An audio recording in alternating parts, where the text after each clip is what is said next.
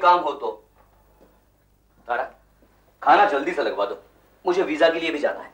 मैं भी गरम करती हूँ।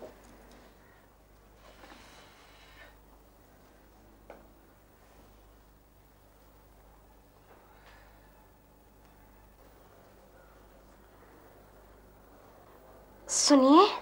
सुनाइए। इतने धीरे से क्या कहने आई हो? मैं तो समझी कि आप सो रहे हैं। आपके लिए कई बार नींद से जागे हैं हम। आपको वीजा में देर लगने का डर हो तो शोरूम में चली जाओ। Thank you for the offer, लेकिन इसकी जरूरत नहीं पड़ेगी। तारा, तुम्हारे इस चेक साइन कराने के चक्कर ने बहुत बोर कर दिया है। अब देखो ना, आज घर के फोन का भी काम हो जाता, लेकिन मेरे पास रुपए नहीं थे। ये लो, चेक पे साइन कर दो। ब्लैंक चेक पे साइन करवा रहे हैं? वो तो बहुत पहले करवा चुके हैं हम। तारा, मैं कह रहा था इस अकाउंट को तुम जॉइंट नाम से करवा लो। मेरा मतलब है इधर और। अब देखो ना, काम बढ़ रहा है, एक एक काम के लिए मैं कहाँ घर भागता फिरूं। ये तो आपको घर बुलाने का आसान रास्ता है, इसे मैं क्यों बंद कर दूं? हमें ये सब बहाने ढूंढने की कब से जरूरत पड़ने लगी?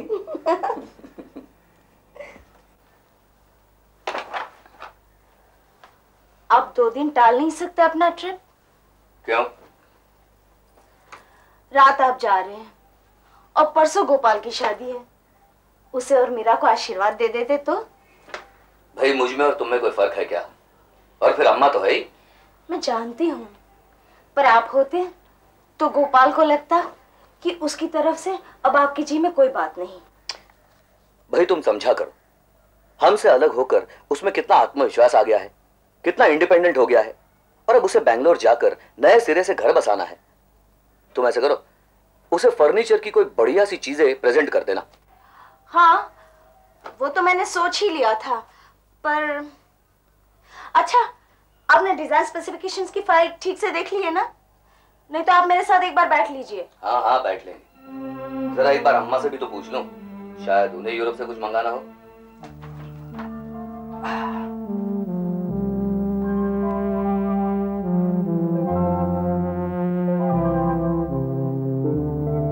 शादी के 1 हफ्ते बाद ही गोपाल मीरा को लेकर बेंगलोर चला गया।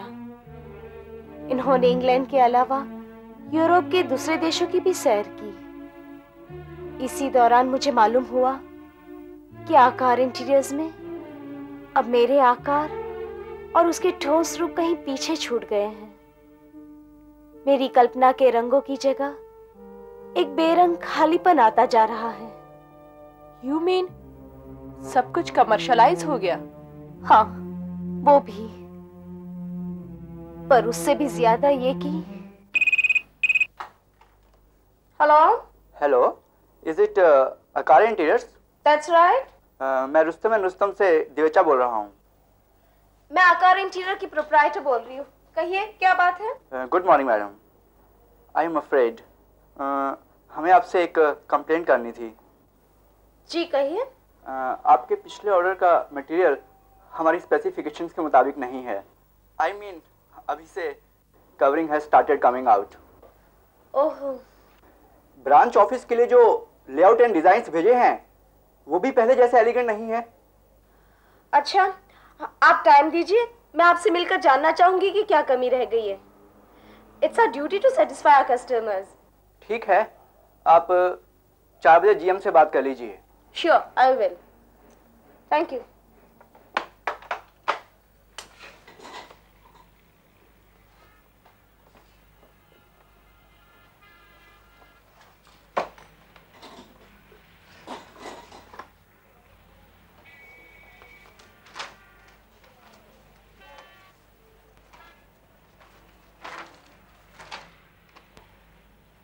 प्रकाश।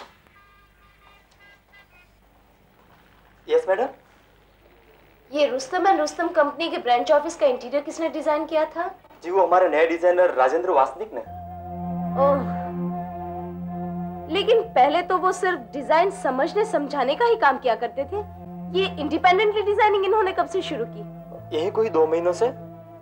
शर्मा जी ने बताया कि अब आप शोरूम नहीं आया करेंगी और लेकिन इंटीरियर डेकोरेशन के लिए तो शायद क्वालिफाइड नहीं है mister Wasnik.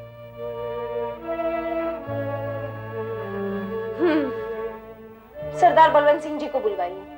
Yes madam. Hello. हाँ माँ जी। हाँ, कब आया इनका फोन? अच्छा, क्या कहा? कब आएंगे वो? कल सुबह 11 बजे? ठीक है। और कुछ कह रहे थे?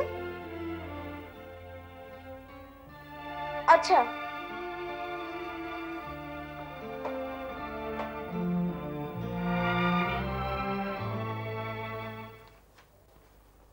सत श्री अकाल भैन जी। नमस्ते। आज बहुत दिनों के बाद सानू याद किया जी। फरमाओ क्या हुक्म है? आप बैठिए ना सरदार जी। मेहरबानी जी। सरदार जी क्या कहूँ, रुस्तम एंड रुस्तम कंपनी की तरफ से आज पहली बार शिकायत आई। उनके मैनेजर ने कहा कि कवरिंग घटिया क्वालिटी की है और अभी से फटने लगी। हट गई होगी जी। आजकल लोगों का जमीर रह ही कहाँ गया है। हर आदमी, हर बंदा पैसा कमाने के पीछे दीवाना है। पर असी ते पिछले 4-5 महीनों से आकार का कोई ऑर्डर लेता ही नहीं जी। साहब तो हमसे जी। ओह, आपने नहीं बनाया? सरदार जी, आपको बेकार में तकलीफ दी। नहीं जी, तकलीफ की इसमें क्या बात है। इसी बहाने थोड़े दर्शन हो गए जी। अब कैसी तबीयत है तुम्हारी? अम्मा कह रही थी तुमने सुबह से कुछ खाया ही नहीं। ठीक है। तो यहाँ लेटी क्यों? जाओ कुछ खा पी लो। आप खा चुके होंगे, इसका इंतजार कर रही थी। किस लिए? आज मेरा एक चेक डिसऑनर हो गया।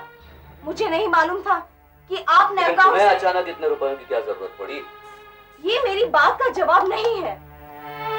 अरे भाई, अभी अभी बाहर से लौटा हूं, वहां का पैसा अभी नहीं आया है। लेकिन पहले का पैसा, मैंने जो इतना बिजनेस इस्टेब्लिश किया था वो। वैसे तुम किस चेक के बाउंस होने की बात कर रही हो? रुस्तम एंड रुस्तम ने आपके वासनिक के बनाए डिजाइन रिजेक्ट कर दिए थे। मैंने वो काम अपने हाथ में ले लिया। ऑर्डर एग्जीक्यूट करने के लिए सरदार जी को एडवांस दिया तो वो चेक... अच्छा, अब समझ में आया। मेरी पीठ क्या मोड़ी, तुमने सब फिर शुरू कर दिया। न जाने क्या सनक है तुम्हें इस पढ़ाई के लिए। कम से कम सट्टेबाजी तो नहीं की आपकी तरह। शेयर्स में इन्वेस्ट करने को तुम सट्टेबाजी कहती हो? तुम्हारे फर्नीचर की तरह वो भी एक बिजनेस है। पर आपको किसने बताया कि आकार इंटीरियर सिर्फ एक बिजनेस का सेंटर है? वो एक सृष्टि है, क्रिएटिव वर्क है। मेरा बारी छानने की मेरे पास फुर्सत नहीं है। जिसे मुफ्त में यूरोप और इंग्लैंड का दौरा करने को मिले, उसे इन बातों के लिए फुर्सत कहाँ? देखो तारा, मैं ये सब सुनने का आदी नहीं हूँ। अगर मेरा ढंग पसंद नहीं है तो खुद संभालो अपना डोमेस्टिक और फॉरेन ट्रेड। मेरी ये हालत देखकर आप शेर हो रहे हैं। जानते हैं ना कि मैं कर नहीं पाऊंगी आजकल। अब रो या सर फोड़ो, मुझसे काम कराना होगा तो मेरी शर्तों पर होगा, समझी? माधव, क्यों झगड़ रहे हो? वो किस हाल में है ये तो सोच। अम्मा, मैं तो सोच लूं, लेकिन वो भी सोचे तब ना। मेरी मजबूरी से लाभ उठाकर ये मनमानी करते रहे, मेरा आकार नाम का पौधा अभी पूरी तरह खिला भी नहीं था कि वो ऐसे माली के हाथ में चला गया जिसके लिए फूल और उसकी महक का कोई मतलब नहीं था। सिर्फ उसके फल पर ही उसकी नजर थी। पर कोई भी पौधा इस तरह पनप नहीं सकता। और आकार इंटीरियर्स का कुछ यही हाल हुआ। और तभी अचानक एक्सपोर्ट प्रमोशन काउंसिल के अवार्ड की घोषणा हुई। उसमें भी ये अपनी आदत से बाज नहीं आए। बाकी तो तुम जानती ही हो। हाँ, सचमुच तुमने बहुत बर्दाश्त किया। अब क्या करना है ये फ्रेश माइंड से कल सोचेंगे। 4 बज गए हैं, अब थोड़ा सो लें।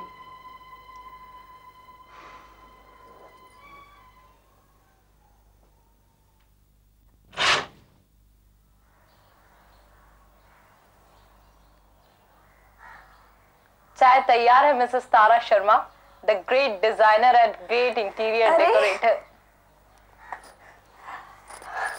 तुम तैयार भी हो गई और मैं अभी तक सो रही हूँ।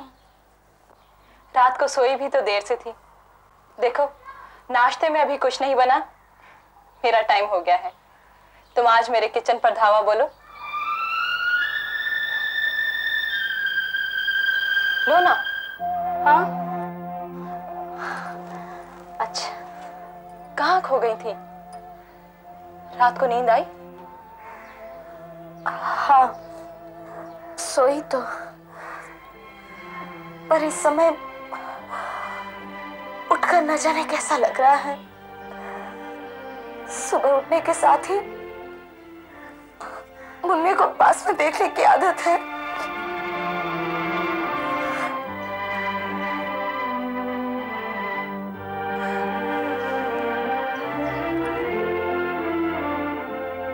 तारा, तुम अपने बच्चे को मिस करके बहुत दुखी हो रही हो।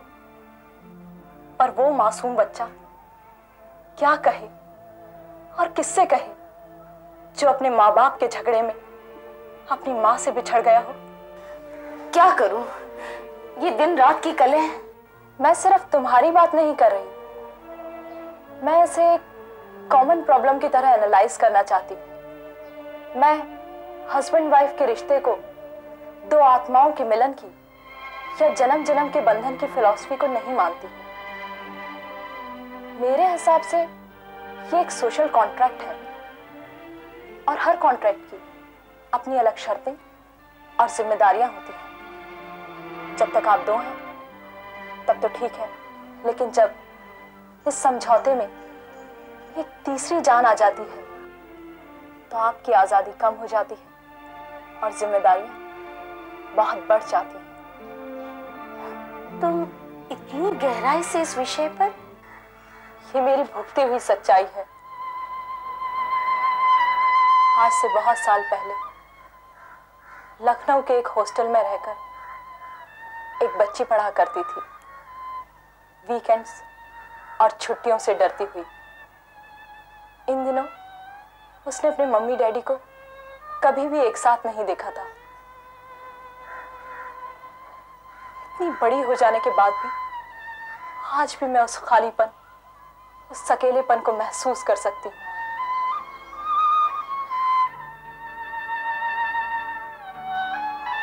इसलिए जब भी कभी बच्चों का इंटरेस्ट इन्वॉल्व होता है मैं टची हो जाती हूँ।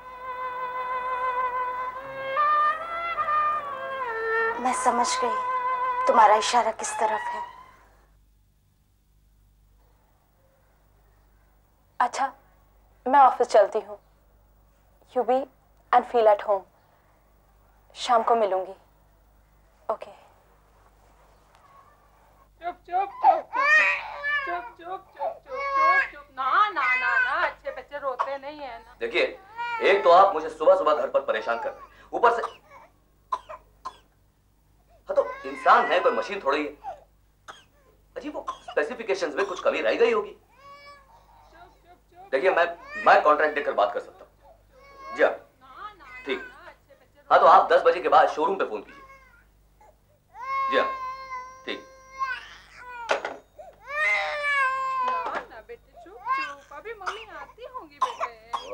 शांति, शांति, ये सब क्या हो रहा है? मुन्ने को चुप नहीं करा सकती? कितनी देर से रो रहा है वो? लाओ, आ जाओ बेटा, आ जाओ, आ जाओ। क्या क्या हो गया? क्या हो गया हमारे मुन्ना को? हाँ, किसने रुला दिया? क्या कर दिया हमारे? अरे बेटे, मुन्ना आपको तो बुखार हो रहा है बेटे। हाँ? तुम किस बात की तनख्वाह लेती हो? बताया तक नहीं? चुप रहो। अम्मा, ओ अम्मा। अब क्या हुआ? अम्मा, ये देखो ना, मुन्ने को बुखार हो रहा है। रात को भी अनमना था, लेकिन तुम्हें अपने माँ बाप से छुट्टी मिले तब तो बच्चे का होश आए। लेकिन अम्मा लेकर तो देखो ना। क्या देखो? दांत निकाल रहा है वो। तो इसे डॉक्टर हेमलता के पास ले जाओ। जो ठीक समझो वो कर लेना। चलो बेटे, डॉक्टर के पास चलते हैं।